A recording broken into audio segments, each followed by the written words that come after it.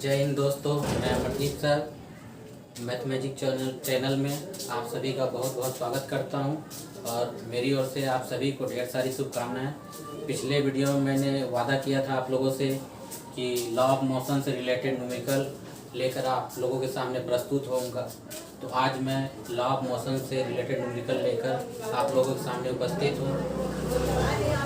मैं इसके बारे में पिछले वीडियो में जानकारी दे चुका था, परंतु मैं फिर से इसके बारे में आप लोगों को जानकारी देना चाहूँगा और क्लेरिफाई करना चाहूँगा। देखिए, लॉ ऑफ मोशन जो चैप्टर है उसमें कुल मिलाकर 3 से 4 फार्मूला सूत्र का प्रयोग या फार्मूला का प्रयोग होता है। पहला फार्मूला हो गया v = u + at। v = क्या हो गया? u + at। दूसरा फार्मूला हो गया s = ut + ½ at²। दूसरा फार्मूला क्या हो गया? s = ut + ½ at²। तीसरा फार्मूला हो गया v² = u² + 2as। अब देखिए, इसके बारे में आप लोग ध्यान से समझना है। जो जिस बात का मैं जिक्र करने जा रहा हूँ आप लोग ध्यान से समझिए। ये चैप्टर बिल्कुल ही आप लोगों के लिए बहुत ही आसान हो जाएगा। देखिए, सबसे पहले इसके नोटेशन पर ध्यान देना चाहेंगे कि ये जो v u a t ये सब जो यूज हुआ s, इसका मीनिंग क्या होता है। ठीक है, तो मैं यहाँ आप लोगों को ये क्लियरिफाई करते हुए समझाना चाहूँगा। v मीन्स हो गया अंतिम वेग। v मीन्स क्या हो गया? अंतिम वेग। इसे क्या कहा जाता है? Final velocity. क्या कहा जाता है? Final velocity. ठीक है, फिर नोटेशन क्या यूज हुआ? u का मतलब क्या हो गया? प्रारंभिक वेग। u का मतलब क्या हो गया? प्रारंभिक वेग। ठीक है, उसके बाद नोटेशन है a मीन्स हो गया त्वरण। a मीन्स क्या हो गया? त्वरण, या फिर इसे क्या कहते हैं इंग्लिश में? एक्सेलरेशन। उसके बाद और देखिए, ध्यान दीजिए कौन सा नोटेशन यूज हुआ है। भी बता चुका हूँ, u बता चुका हूँ, a बता चुका हूँ। s मीन्स हो गया डिस्प्लेसमेंट। s मीन्स क्या हो गया? डिस्प्लेसमेंट। s मीन्स हो गया डिस्प्लेसमेंट। और इसे क्या कहा जाता है? इसे डिस्टेंस भी कहते हैं, या हिंदी में इसे क्या कहते हैं हम लोग? विस्थापन या दूरी। ठीक है, डिस्प्लेसमेंट तो न्यूमेरिकल में या तो विस्थापन शब्द का प्रयोग होगा या फिर दूरी शब्द का प्रयोग होगा। ये आप लोगों को ध्यान देना है। उसके बाद है टी मीन्स हो गया टाइम टेकन। टी मीन्स क्या हो गया? Time taken. इसका मतलब हो गया लिया गया समय। ठीक है, तो अब इसका प्रयोग कैसे करना है ये आप लोगों को ध्यान से समझना है। v मीन्स अंतिम वेग हो गया, u मीन्स प्रारंभिक वेग हो गया, a मीन्स हो गया त्वरण, s मीन्स हो गया डिस्प्लेसमेंट और डिस्टेंस, या फिर इसे हिंदी में क्या कहते हैं? विस्थापन या दूरी। t मीन्स हो गया टाइम टेकन, मतलब लिया गया समय। एक और फॉर्मूला का प्रयोग होता है a = v - u/t। ठीक है, ये फॉर्मूला जो है इस फॉर्मूला से ही निकला है, ये ध्यान देना आपको। अच्छा, अब इसका प्रयोग कैसे करेंगे हम लोग? तो कुछ बातें जो है ध्यान देने वाली है, वो आप लोग नोट कर लीजिए। भी ये नोटेशन तो जान चुके हैं।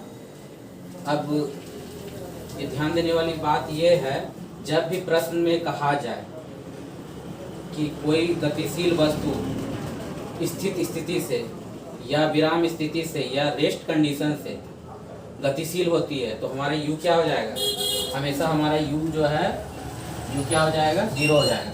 जब प्रश्न में ये कहा जाए कि कोई गतिशील वस्तु स्थिर स्थिति से, विश्राम स्थिति से या विराम स्थिति से या रेस्ट कंडीशन से गतिशील होती है या चलना शुरू करती है, तो हमारा u या प्रारंभिक वेग क्या हो जाएगा? 0 हो जाएगा। ठीक है, ये बात नोट ध्यान देने वाली, इसे आप लोग नोट कर लीजिए। अच्छा, प्रश्न में जब ये कहा जाए कि किसी वस्तु को जब ये कहा जाए कोई गतिशील वस्तु जब ब्रेक लगाता है, जैसे गतिशील बस, ट्रेन, ट्रैक्टर, ये सब कोई भी गतिशील वस्तु जब ब्रेक लगाता है तो हमेशा आपका क्या हो जाएगा, v इक्वल टू 0। ये भी बात ध्यान देने वाली, इसे नोट कर लीजिएगा। जब भी कोई गतिशील वस्तु अचानक ब्रेक लगाता है तो हमेशा ऑलवेज हमारा v अंतिम वेग क्या हो जाता है, 0 होता है। ये दोनों को नोट कर लीजिएगा, इसका न्यूमेरिकल में बहुत ज़्यादा प्रयोग होगा। ठीक है, अच्छा ये आप लोग जान चुके हैं। उसके बाद कुछ और जानकारी देनी है।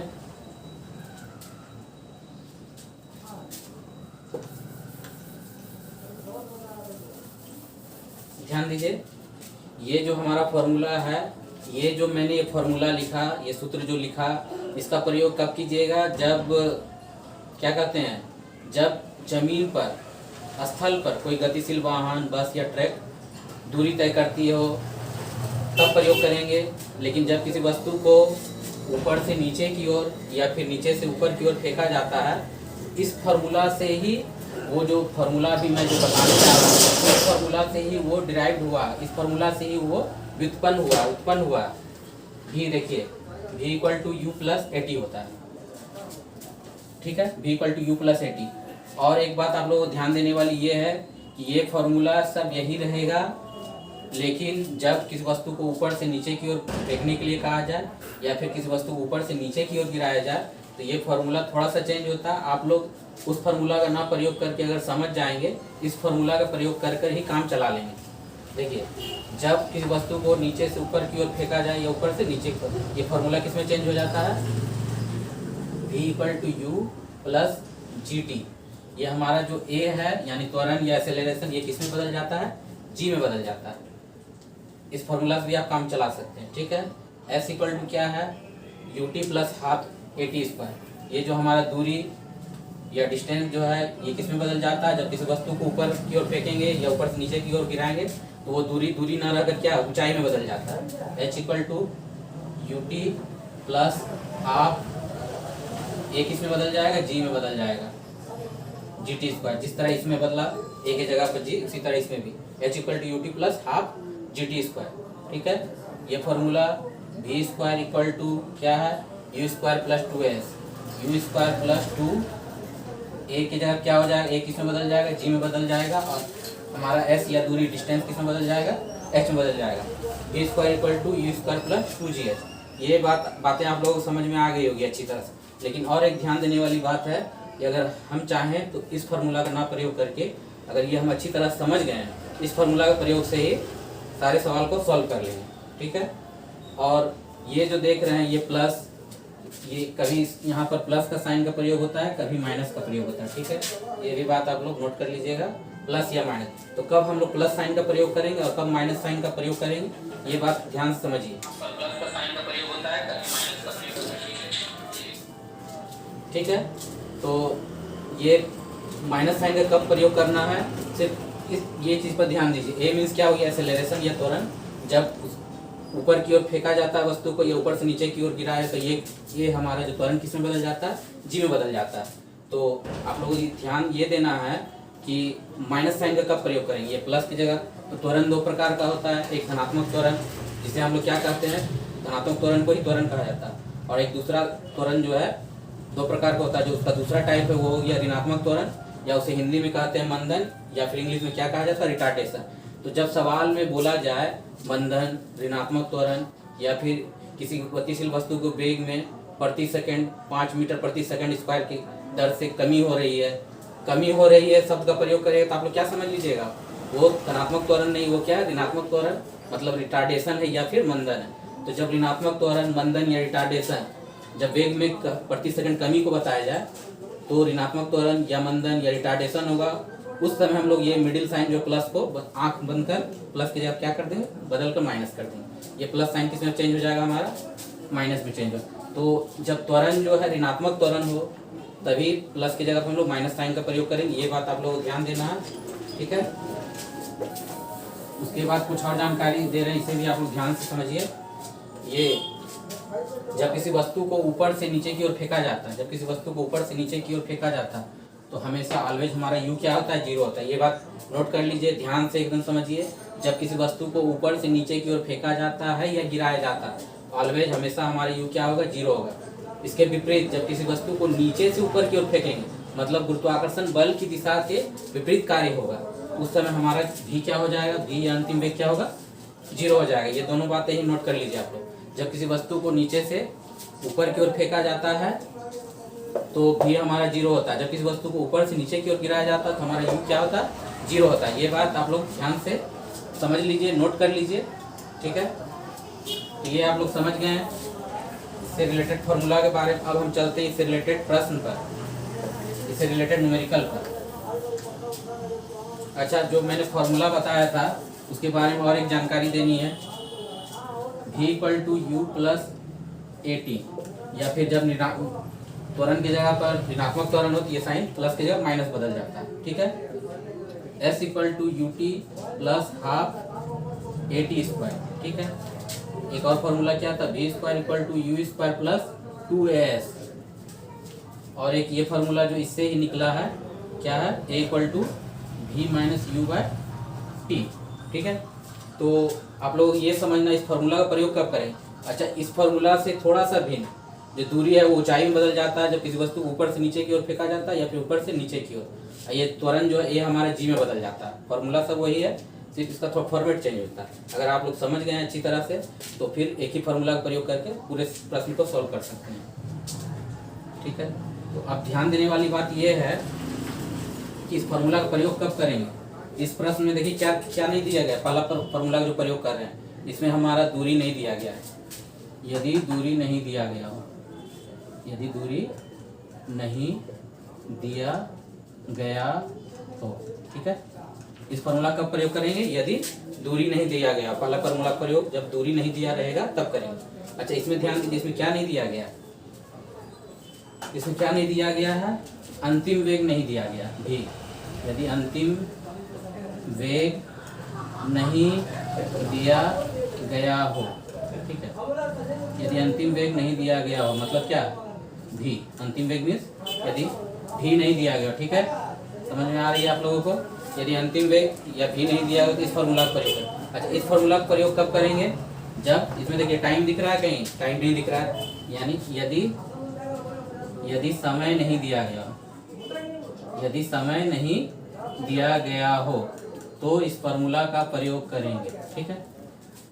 चौथा फॉर्मूला जो है इससे ही व्युत्पन्न हुआ या ड्राइव हुआ है, तो ये दोनों सेम ही है। तो आप लोग समझ में आ गया। जब दूरी नहीं दिया रहेगा इस फॉर्मूला का प्रयोग, वेग नहीं दिया गया इस फॉर्मूला, और समय नहीं दिया रहेगा इस फॉर्मूला का प्रयोग करेंगे। आप लोग ये बातें समझ चुके हैं। अब हम प्रश्न पर ठीक है, तो हम लोग प्रश्न की ओर चलते हैं। पहला प्रश्न क्या है, देखिए बोर्ड पर लिखा हुआ है। एक गेंद को 20 मीटर प्रति सेकंड के साथ ऊर्ध्वाधर फेंका जाता है। 3 सेकंड के बाद इसके विस्थापन का मान क्या होगा। विस्थापन या दूरी एक ही होता है, यानी हम लोगों से क्या पूछा जा रहा है, दूरी पूछा जा रहा है, उसे ही विस्थापन कहा जाता है। प्रश्न में दे दिया गया जी बराबर कितना, 10 मीटर पर सेकंड स्क्वायर दे दिया गया। तो क्या क्या दे दिया गया, ध्यान दीजिए। एक गेंद को 20 मीटर प्रति सेकंड के साथ, यानी यू दे दिया गया है 20 मीटर प्रति सेकंड। और क्या दिया गया है, टाइम दे दिया गया। ध्यान दीजिए, टाइम कितना दिया गया, 3 सेकंड के बाद, यानी टाइम दे दिया गया 3 सेकंड। इसके विस्थापन का मान क्या होगा, प्रश्न में जी बराबर भी दे दिया गया है। जी कितना दिया गया है, 10 मीटर पर सेकंड स्क्वायर, ठीक है। तो आप लोगों से क्या पूछा गया, विस्थापन या दूरी। तो विस्थापन या दूरी निकालने कौन सा फार्मूला, S = UT + ½ AT²। या एक ही जगह पर जी का भी प्रयोग कर सकते हैं, S = UT + ½ GT², दोनों एक ही होता है, ठीक है। तो इस फार्मूला का प्रयोग होगा S = UT। अच्छा, जब वस्तु को ऊपर ऊर्ध्वाधर मतलब क्या हो, ऊपर की ओर, जब किसी वस्तु को ऊपर की ओर फेंका जाता है, ये प्लस का साइन ना होकर यहाँ पे मिडिल में क्या हो जाएगा, माइनस का साइन हो जाएगा। ये बात ध्यान रखिएगा आप लोग। तो यहाँ कौन सा फार्मूला हो जाएगा, S = UT - ½ GT²। अच्छा, ए और जी दोनों एक ही चीज़ है। जब वस्तु को ऊपर से नीचे या नीचे से ऊपर की ओर फेंका जाता है तो ये हमारा किस में बदल जाता है, जी में बदल जाता है। जब ऊपर की ओर फेंकते हैं तो मिडिल में माइनस साइन, ठीक है। जब ऊपर से नीचे की ओर गिराएंगे तो मिडिल में कौन सा साइन होगा, मिडिल में तब प्लस साइन होगा। यू दे दिया गया है 20, टी कितना दिया गया है 3 - ½ जी का मान प्रश्न में दे दिया गया है 10, टी दे दिया गया 3 का स्क्वायर, ठीक है। कितना हो गया, 20 × 60 - 1/2 10, 3 का स्क्वायर कितना हो गया 9, 2 × 5 10, 60 - 9 × 5 45। 60 में से 45 घटाने क्या मिला हम लोगों को, 15। अच्छा, विस्थापन या दूरी दोनों एक ही चीज होती है। दूरी या विस्थापन की इकाई क्या होती है? मीटर, सिर्फ मीटर होती है। यानी हमारा आंसर क्या हो गया? 15 मीटर। ठीक है, तो अब हम लोग दूसरे प्रश्न की ओर चलते हैं। उम्मीद है ये आप लोगों को समझ में आ गया होगा। दूसरे प्रश्न में क्या दिया गया है, ध्यान दीजिए। दूसरे प्रश्न में हमारा प्रश्न में कहा जा रहा ऊर्ध्वाधर। ऊर्ध्वाधर मतलब क्या होता है? ऊपर की ओर। ठीक है, क्या होता है? ऊपर की ओर। ऊर्ध्वाधर रूप से ऊपर की ओर फेंकी गई गेंद को 12.5 सेकंड के बाद जमीन पर वापस आ जाती, वह वेग ज्ञात करें जिसके साथ इसे फेंका गया। तो कौन सा वेग पूछा जा रहा है? वह वेग जिसके साथ इसे फेंका गया। प्रश्न में क्या दे दिया गया है? टी दे दिया गया हमारा 12.5 सेकेंड। ठीक है, और जब किसी वस्तु को ऊपर की ओर फेंका जाता है तो हमेशा क्या होता है? v बराबर 0 हो जाता है। ये बात पहले भी हम आप लोगों को बता चुके हैं। जब वस्तु को ऊपर की ओर फेंका जाता है क्या होता है? v बराबर 0। और g का मान नहीं दिया गया है, तो g का मान अगर प्रश्न में नहीं दिया गया है हम लोग फिर भी क्या ले लेते हैं? अगर प्रश्न में दिया गया हो तो ठीक है, अगर नहीं भी दिया गया है तो हम लोग क्या ले लेंगे? खुद से g का मान 10 मीटर पर सेकेंड स्क्वायर ले लेंगे। तो हम लोग क्या पूछा गया है? वह वेग, यानी किस फॉर्मूला पर उपयोग करेंगे? v equal to U. अच्छा, जब ऊपर की ओर किसी वस्तु को फेंकते हैं तो मिडिल में कौन सा साइन? मिडिल में माइनस साइन। जब ऊपर से नीचे की ओर किसी वस्तु को गिराएंगे तो मिडिल में कौन सा साइन होगा? Plus sign. ये बात आप लोग ध्यान दीजिए, इसे नोट कर लीजिए। नीचे से ऊपर की ओर फेंकेंगे तो मिडिल में माइनस साइन, और ऊपर से नीचे की ओर गिराएंगे तो मिडिल में प्लस साइन होगा। तो यहाँ कौन सा साइन होगा? ऊपर की ओर फेंक रहे हैं तो माइनस साइन होगा। v equal to U minus G T. तो v हमारा दे दिया गया है। जब ऊपर की ओर फेंका जाता है क्या होता है? v 0 होता है। तो क्या पता करना है हम लोगों को? u पता करना है। g का मान दे दिया गया 10, t कितना दिया गया? 12.5। डेसिमल रिमूव करने पे एक जीरो नीचे आया, 0 0 कैंसिल करने पर क्या मिला हम लोगों का? देखिए, ये -125 को इधर लेकर आएंगे तो क्या हो जाएगा? ये +125 में बदल जाएगा। तो u बराबर हम लोगों को क्या मिला? 125 मीटर प्रति सेकेंड। ठीक है, वेग की इकाई क्या होती है? मीटर प्रति सेकेंड। यानी हमारा फाइनल आंसर हो गया प्रारंभिक वेग या u बराबर क्या है? 125 मीटर प्रति सेकेंड। अब हम लोग तीसरे प्रश्न की ओर चलते हैं। ठीक है, ध्यान दीजिए तीसरे प्रश्न में क्या कहा गया है।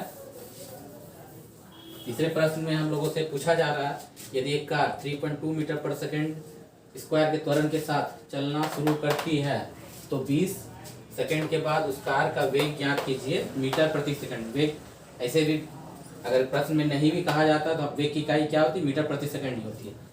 तो प्रश्न में क्या क्या दिया गया है वो पहले हम लोग लिख लेते हैं। ए का मान दे दिया गया, यदि एक कार 3.2 मीटर पर सेकेंड स्क्वायर के त्वरण, यानी त्वरण दे दिया गया, कितना दिया गया? 3.2 मीटर पर सेकेंड स्क्वायर। ठीक है, उसके बाद टाइम भी दे दिया गया, तो 20 सेकेंड के बाद टी का मान कितना दे दिया गया? 20 सेकेंड। ठीक है, उस कार का वेग ज्ञात कीजिए मीटर प्रति सेकेंड में। अच्छा, इसमें हम लोग किस फॉर्मूला का प्रयोग करेंगे? v equal to u plus A T. अच्छा, ध्यान देने वाला बात यह है कि v दे दिया, a दे दिया गया, v और u में से कुछ भी नहीं दिया गया, और पूछा क्या जा रहा है? उस कार का वेग ज्ञात कीजिए। वेग ज्ञात कीजिए मतलब कौन सा वेग ज्ञात कीजिए?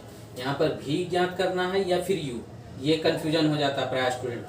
तो याद रखिए, एक कार 3.2 मीटर पर सेकेंड स्क्वायर, यहाँ कुछ भी नहीं कहा गया, मतलब कार जो था स्थिर था, वो अचानक 3.2 मीटर पर सेकेंड स्क्वायर के साथ चलना शुरू कर दी। ये बात आप लोग को समझना होगा। यदि एक कार मतलब कार पहले स्थिर कंडीशन में रहा होगा, अचानक 3.2 मीटर पर सेकेंड स्क्वायर के साथ चलना शुरू कर दिया, तो जब भी कोई गतिशील वस्तु स्थिर कंडीशन या विश्राम स्थिति या रेस्ट कंडीशन से चलना शुरू करती है तो u हमारा क्या हो जाता है? तो u हमारा ऑलवेज हमेशा 0 हो जाता है, यानी यहाँ पर भी u का मान 0 है। ठीक है, तो क्या पता करना है? यहाँ पर किस वेग का जिक्र किया गया है? वह वेग ज्ञात कीजिए। मतलब हम लोगों से क्या पूछा जा रहा है प्रश्न में? यानी v का मान पूछा जा रहा है, अंतिम वेग का मान पूछा जा रहा है। तो कौन सा formula? v equal to U plus A T. v find करना है, u स्थिर कंडीशन से कार चलना शुरू किया है, यानी u 0 हो गया। a का मान दे दिया गया है 3.2 मीटर पर सेकेंड स्क्वायर। t का मान कितना दिया गया? 20 सेकेंड। डेसिमल रिमूव करने पे एक जीरो नीचे आएगा, 0 0 कैंसिल, 32 दूनी 64 मीटर प्रति सेकेंड। आप लोगों को पता है वेग की इकाई क्या होती है? मीटर प्रति सेकेंड। यानी अंतिम वेग या फाइनल वेलोसिटी हमारा क्या हो गया? v बराबर 64 मीटर प्रति सेकेंड। ठीक है, उम्मीद है ये प्रश्न भी आप लोगों को ठीक ढंग से समझ में आ गया होगा। अब हम लोग चौथे प्रश्न की ओर चलते हैं। चौथे प्रश्न में क्या कहा जा रहा है, किसी गेंद को 30 मीटर प्रति सेकंड की गति से ऊपर की ओर फेंका जाता है, 4 सेकंड के बाद इसके विस्थापन का परिमाण कितना होगा। क्या पूछा जा रहा है, विस्थापन। तो पहले मैं ये समझा चुका हूँ, आप लोगों को बता चुका हूँ, विस्थापन या दूरी एक ही चीज़ होती है, ठीक है। सिर्फ फिजिक्स में डिफिनीशन दोनों का अलग अलग है, न्यूमेरिकल में विस्थापन या दूरी एक ही चीज़ के लिए प्रयोग किया जाता है। तो प्रश्न में क्या दे दिया गया, किसी गेंद को 30 मीटर प्रति सेकंड की गति से ऊपर की ओर फेंका जाता है, यानी यू दे दिया गया है, यू कितना दिया गया 30 मीटर प्रति सेकंड। अब विद्यार्थियों को, स्टूडेंट को यहाँ फिर कन्फ्यूजन होगा, ये जो 30 मीटर प्रति सेकंड जो दिया गया वो यू है या बी। तो मैं पहले भी बता चुका हूँ, जब वस्तु को ऊपर की ओर फेंका जाता है तो हमारा ऑलवेज हमेशा भी क्या होता है, भी या अंतिम वेग क्या होता है, 0 हो जाता है। यानी जब ऊपर की ओर वस्तु को फेंक रहे हैं तो भी या अंतिम वेग तो हमारा 0 हो गया, यानी ये 30 मीटर प्रति सेकंड क्या दिया गया, जब भी हमारा वस्तु को ऊपर की ओर फेंक रहे हैं यानी भी 0 हो गया। तो ये फिर जो 30 मीटर प्रति सेकंड दिया गया है वो क्या दिया गया है, यू दिया गया है या प्रारंभिक वेग दिया गया है, ये आप लोग समझ गए होंगे। 4 सेकंड के बाद प्रश्न में टी दे दिया गया, टी कितना दिया गया है 4 सेकंड। 4 सेकंड के बाद इसके विस्थापन का परिमाण कितना होगा। अच्छा, दूरी या विस्थापन निकालने के लिए देखिए, दूरी एक इसमें एस का प्रयोग है, एस मतलब दूरी या विस्थापन, और एक इस फार्मूला में एस या दूरी का प्रयोग किया। कौन सा फार्मूला यूज करेंगे, तो ध्यान दीजिए, इसमें टी नहीं दिया गया, इस फार्मूला में समय नहीं शामिल है, यानी टी नहीं दिया गया। इस फार्मूला से भी हम लोग दूरी को फाइंड करते हैं, पता करते हैं, परंतु इसमें कब ये इस फार्मूला का प्रयोग करते हैं, जब समय नहीं दिया रहता, ठीक है। समय दे दिया गया, टी दे दिया गया है, किस फार्मूला का यूज करेंगे, और एक फार्मूला ये दूरी फाइंड करने की, एक फार्मूला ये बच रहा है, तो जब समय दे दिया रहेगा और दूरी पता करना हो इस फार्मूला का प्रयोग करेंगे। समझ में आ गया, क्योंकि इसमें तो टाइम हमारा दिया नहीं गया, यानी इस फार्मूला का ही प्रयोग करेंगे, एस इक्वल टू यू। अच्छा, ऊपर की ओर फेंका गया है ना, प्रश्न में क्या कहा गया, 3.2 मीटर पर सेकंड स्क्वायर के गति से ऊपर की ओर फेंक, 4 सेकंड के बाद इसके विस्थापन का परिमाण कितना होगा। ऊपर की ओर फेंका जा रहा है, यानी ऊपर की ओर फेंकने क्या, भी 0, यू तो दे दिया गया, टी दे दिया गया है, तो ऊपर की ओर फेंकने क्या होगा, ऊपर की ओर हमेशा फेंकने पर फार्मूला का मिडिल साइन क्या हो जाएगा, माइनस हो जाएगा, ये मैं पहले भी बता चुका हूँ। यानी हमारा फार्मूला हो जाएगा S equal to U T minus half G T square, क्योंकि जब भी ऊपर की ओर फेंका जाता है तो ये साइन माइनस होता है, ठीक है। अच्छा, ए और जी एक ही चीज़ है, ये बात मैं पहले ही बता चुका हूँ। तो यू का मान दे दिया गया 30, टी कितना दिया गया 4, हाफ, जी का मान प्रश्न में दे दिया गया है 10, जी का मान प्रश्न में दे दिया गया है, यहाँ देखिए, ध्यान दीजिए, कितना दिया गया 10 मीटर पर सेकंड स्क्वायर, यानी 10 का स्क्वायर, तो क्या हो जाएगा 30 चौके 120 माइनस 1/2 गुना 10 का स्क्वायर 100, 2 से कैंसिल करने पर 100 कितने बार में कैंसिल हो गया, 50, कितने बार में कैंसिल हो गया, 50 बार में, ठीक है।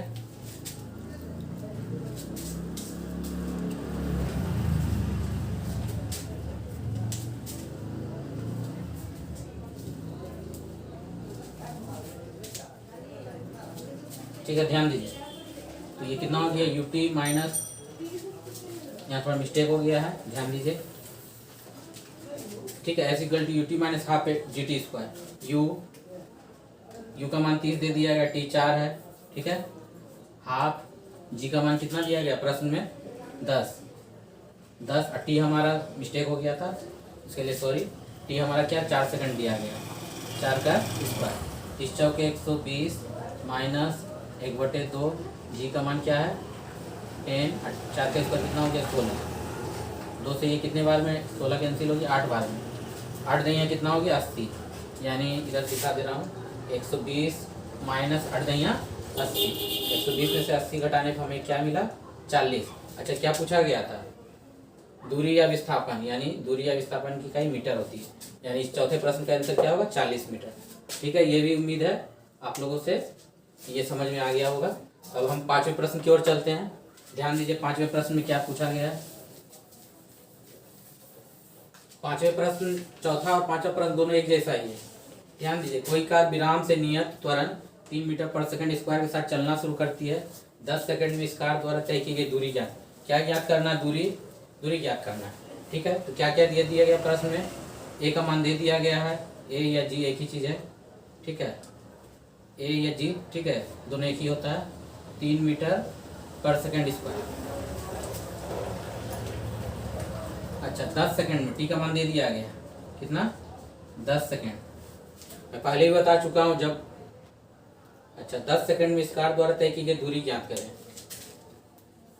ए या जी एक ही चीज़ है, आप एक ही फार्मूला समझ गए हैं, कोई फार्मूला यूज कर सकते हैं। ए की जगह जी या जी दोनों एक ही होता है, सिर्फ अंतर इतना है जब ऊपर या नीचे फेंका जाता है तो हम लोग जी का प्रयोग करते हैं।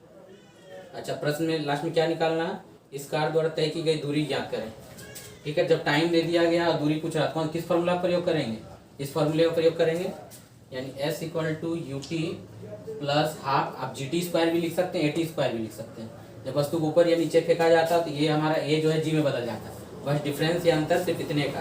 तो आप अगर समझ चुके हैं तो ए मान के भी बना सकते हैं, जी मान के भी, इसमें कोई प्रॉब्लम नहीं। S equal to U T plus S equal to U T plus half A T square या फिर जी टी स्क्वायर, दोनों एक ही है, मैं बता चुका हूँ।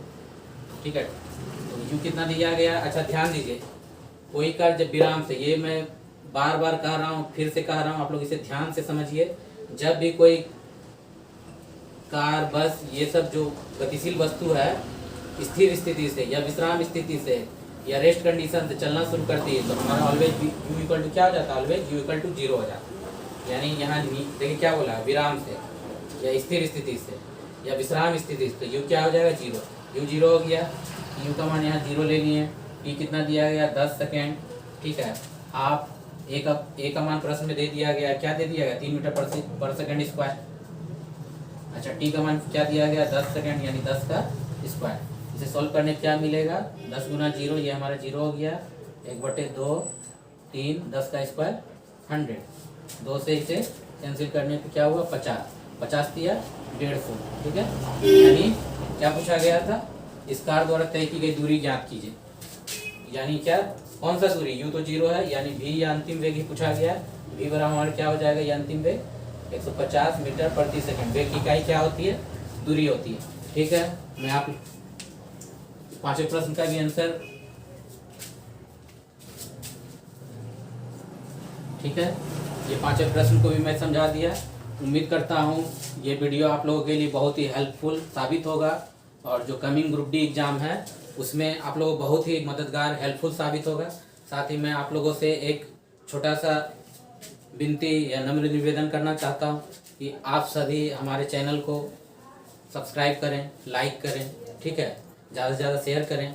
लेकिन मैं ये भी कहना चाहता हूँ, यदि हमारा वीडियो पसंद नहीं आ रहा है तो कोई बात नहीं है, लाइक नहीं भी कर सकते हैं। लेकिन मैं आप लोगों से ये वादा करता हूँ, प्रॉमिस करता हूँ कि आने वाला समय में मैं अच्छा से अच्छा वीडियो लेकर आऊँगा और मैं आपका दिल जीत कर दिखाऊँगा और आपको अपने चैनल को लाइक, सब्सक्राइब और शेयर करने के लिए विवश कर दूंगा। ये मेरा प्रॉमिस है आप लोगों से, ठीक है।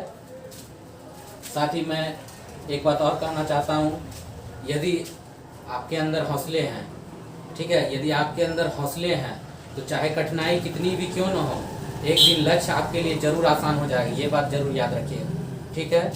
इसके बाद मैं आप लोगों से यही कहना चाहता हूँ, नेक्स्ट वीडियो में फिर मैं मिलता हूँ नए चैप्टर के न्यूमेरिकल के साथ, जो कि आपको लोगों के लिए हेल्पफुल साबित हो। तब तक के लिए मैं आप लोगों से इजाज़त चाहता हूँ। स्वस्थ रहें, मस्त रहें, हंसते रहें, मुस्कुराते रहें, ठीक है, इजाज़त चाहता हूँ।